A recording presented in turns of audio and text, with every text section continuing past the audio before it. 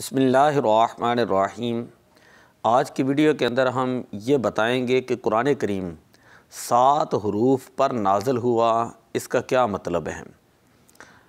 بخاری شریف کے اندر آتا ہے، حضرت عبداللہ بن عباس رضی اللہ تعالیٰ عنہما بیان فرماتے ہیں، حضور علیہ الصلاۃ والسلام نے ارشاد فرمایا، جبریل امین نے مجھے ایک حرف پر قرآن پاک پڑھایا، میں نے ان سے رجوع کیا اور مسلسل زیادتی طلب کرتا رہا اور وہ حروف زیادہ کرتے رہے حتیٰ کہ 7 حرفوں پر انتہا ہو گئی۔ بخاری شریف جلد نمبر 2 صفحہ نمبر 747۔ اسی طرح اکثر اہل علم مثلا سفیان بن عیینہ، عبداللہ بن وہب، ابن جریر، ابو جعفر طحاوی، ان کا یہ نظریہ ہے کہ 7 حرفوں سے مراد ہے 7 مختلف الفاظ سے جو متقارب المعانی، یعنی 7 حرفوں پر قرآن پاک نازل ہوا۔ اس سے کیا مراد ہیں؟ اس سے وہ 7 جو ہے وہ الفاظ مراد ہیں کہ جن کے معنی جو ہیں وہ قریب قریب ہوں، مثلا اقبل، تعالی، حلما، ان تمام کا معنی ہے آؤ، اور اذہب، اسرع، عجل، ان تمام کا معنی ہوتا ہے جاؤ۔ امام طحاوی آپ فرماتے ہیں کہ ان حروف میں پڑھنے کی لوگوں کو اس لیے اجازت دی گئی تھی کہ وہ اپنی لغت کے علاوہ کسی دوسری لغت پر پڑھنے سے عاجز تھے، کیونکہ چند لوگوں کے علاوہ سب جو ہے وہ بظاہر پڑھے لکھے نہیں تھے اور دوسروں کے لغت پر پڑھنے سے ان کو دشواری ہوتی تھی، اس لیے جب معنی واحد ہوں تو ان کو اختلاف الفاظ کی اجازت دے دی گئی۔ ایک قوم نے یہ کہا کہ 7 حرفوں سے مراد عرب کی 7 لغات ہیں، اور اس کا معنی یہ نہیں کہ ایک لفظ کو 7 لغات پر پڑھا جائے گا، بلکہ یہ 7 لغات قرآن مجید میں متفرق ہیں۔ بعض آیات لغت قریش پر ہیں، بعض آیات لغت حذیل پر ہیں، بعض آیات لغت حوازن پر ہیں، بعض آیات لغت یمن پر ہیں، اور علامہ خطابی نے لکھا کہ عبد الطاغوت کو 7 لغات پر پڑھا گیا ہے۔ ان کی مراد یہ ہے کہ بعض آیات کو 7 لغات پر پڑھا گیا، اور ہر آیت اس طرح نہیں ہوتی۔ اسی طرح ایک قوم نے یہ کہا کہ 7 حروف سے مراد یہ ہے کہ 7 لغات مدر ہیں۔ قبیلہ مدر جو تھا اس کی 7 شاخیں تھیں، تو ان کی جو 7 لغات ہیں وہ مراد ہیں، کیونکہ حضرت عثمان غنی رضی اللہ تعالیٰ عنہ نے فرمایا تھا کہ قرآن مجید لغت مدر پر نازل ہوا، اور انہوں نے یہ فرمایا کہ قریش، کنانہ، اسد، حذیل، تمیم، تبع اور قیس، یہ سب کے سب جو ہے وہ قبیلہ مدر کے مختلف قبائل تھے، اور یہ 7 لغات انہی مراتب پر ہیں۔ اسی طرح 7 حروف سے مراد جو صاحب الدلال اور قاضی ابن طیب نے لکھا کہ اس سے مراد جو وہ 7 قراتیں ہیں، 7 قراتیں ہیں، یعنی ہر آیت میں 7 قرات جاری ہو سکتی ہیں، بلکہ اس سے مراد جو ہے وہ یہ ہے کہ زیادہ سے زیادہ قرآن پاک میں جو تدبر کیا گیا، جو تلاش کیا گیا، تو اس سے پتہ چلا کہ صرف یہ 7 ہی طرح کی قراتیں ہیں، اس سے زیادہ کی وجوہ جو ہے وہ سامنے نہیں آ رہی۔ مثلا پہلی صورت یہ ہے کہ بعض اوقات کسی جگہ پر ایک ہی حرف ہوگا، میں 7 حرفوں سے مراد 7 مختلف قراتیں ہیں۔ اب اس کی میں تھوڑی سی ایک نشاندہی کرنے لگا ہوں۔ مثلا بعض اوقات ایسا ہوتا ہے کہ حرکت متغیر ہوتی ہے اور صورت اور معنی متغیر نہیں ہوتا، جیسے ولا یضار کاتب ولا شہید۔ اب دعا یضار میں نے پڑھا، تو اب یہاں پر تو زبر پڑھ رہے ہیں تو اس کو پیش بھی پڑھ سکتے ہیں ولا یضارون، اگر اس طرح ہو جائے تو یہاں پر حرکت متغیر ہوگی، تبدیل ہو جائے گی، صورت اور معنی تبدیل نہیں ہوگا۔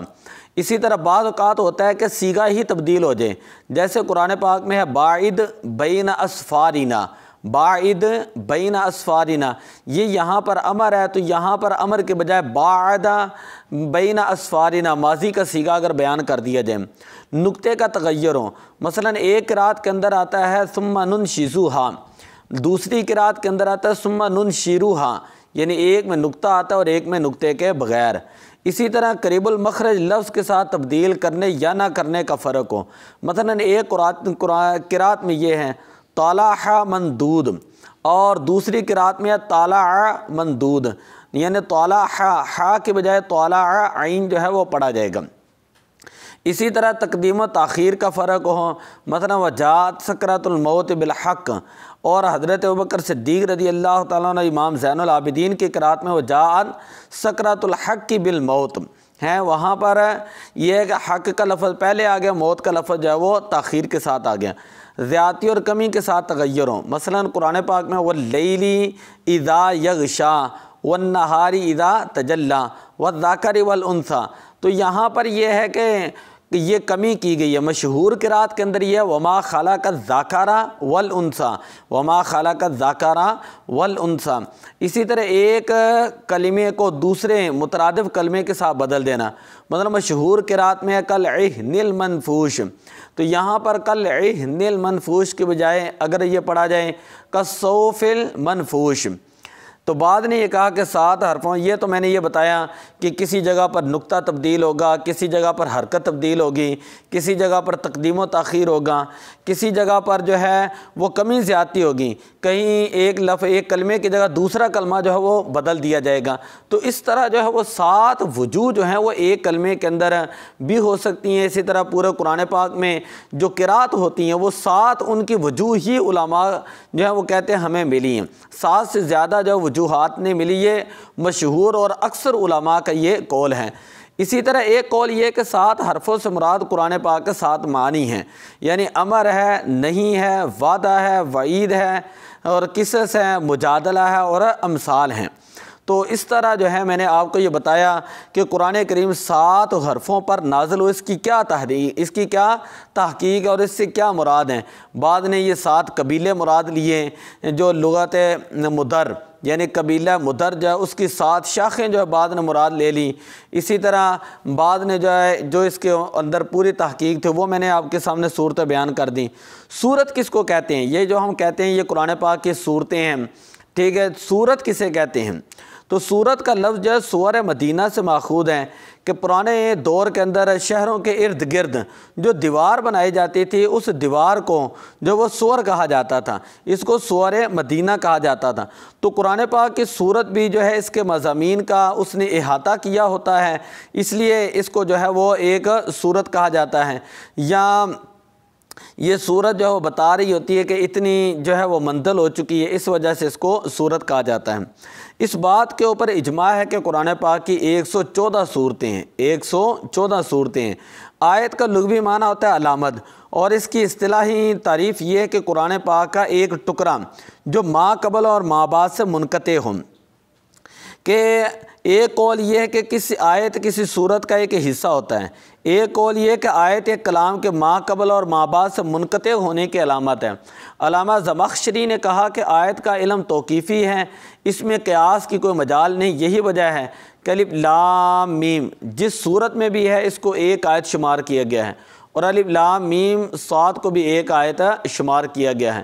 آیات کو شمار کرنا انتہائی مشکل کام تھا، کیوں؟ وجہ یہ ہے کہ حضور علیہ الصلاۃ والسلام نے آیات کی طرف میں جو ہے وہ وقف کیا۔ بعض اوقات آپ 2 آیتوں کو ملا کر پڑھتے ہیں جس سے سننے والے یہ گمان کرتا کہ یہ ایک ہی آیت ہے۔ حضرت عبداللہ ابن عباس رضی اللہ تعالیٰ عنہ کا قول یہ ہے کہ 6616 ٹوٹل قرآن پاک کی آیات ہیں، اور قرآن پاک کے ٹوٹل حروف جو ہیں وہ 3,30,671 3,23,671 جو ہیں وہ قرآن پاک کے جو ہے وہ حروف ہیں۔ تو یہ چند ایک چیزیں جو ہے میں نے آپ کے سامنے رکھی۔ اسی طرح اب یہ ہم سمجھتے ہیں قرآن پاک پر نقطے اور اعراب لگانے کی کیا تاریخ ہے۔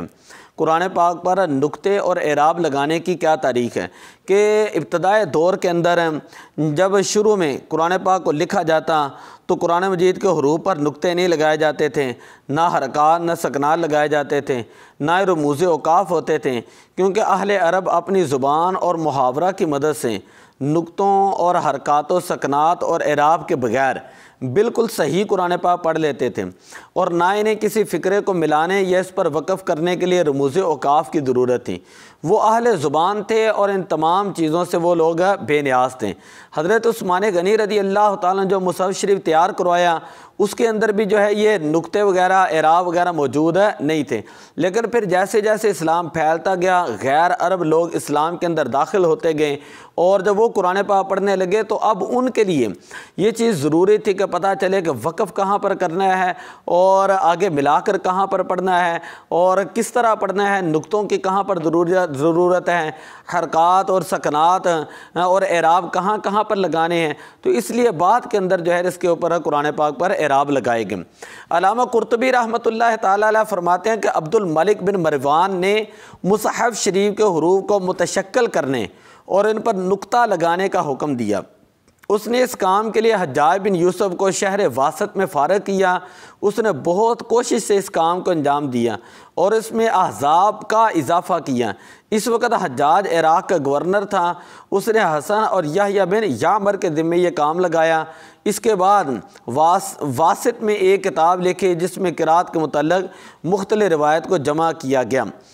تو ایک قول یہ ہے کہ پہلی بات جس طرح کے نحو کے بارے میں بڑا مشہور ہے کہ نحو کے واضح وہ تھے ابو الاسود دؤلی، جن کا پورا نام تھا ظالم بن عمر بن سفیان بن جندل بن یعمر بن حلس بن نقاصہ بن عدی بن دعیل بن بکر بن دعیلی۔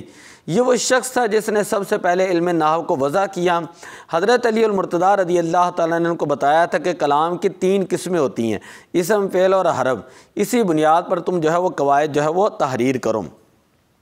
ایک مرتبہ کہتے ہیں کہ ابو الاسود جو ہے اس نے ایک شخص کو دیکھا کہ سورہ توبہ کی اس نے آیت پڑھی، ان اللہ بریء من المشرکین ورسولہ۔ اس کا تو مطلب یہ ہوتا ہے کہ بے شک اللہ تعالیٰ جو ہے وہ مشرکین سے بری ہے، ٹھیک ہے، بے شک اللہ تعالیٰ مشرکین سے بری ہے۔ اس آیت میں رسولہ میں پیش رسول پر پیش ہے۔ اب وہ شخص جو ہے وہ زبر پڑھ رہا تھا، اس کا مطلب یہ ہوگا کہ ان اللہ بریء من المشرکین بریء من المشرکین ورسولہ۔ تو اس سے یہ معنی ہوگا کہ اللہ تعالیٰ مشرکوں اور اپنے رسول سے بیدار ہے، العیاذ باللہ۔ تب ابو الاسود نے زیادہ زیاد کے پاس گیا اور کہا کہ میں عربی قواعد لکھنے پر تیار ہوں۔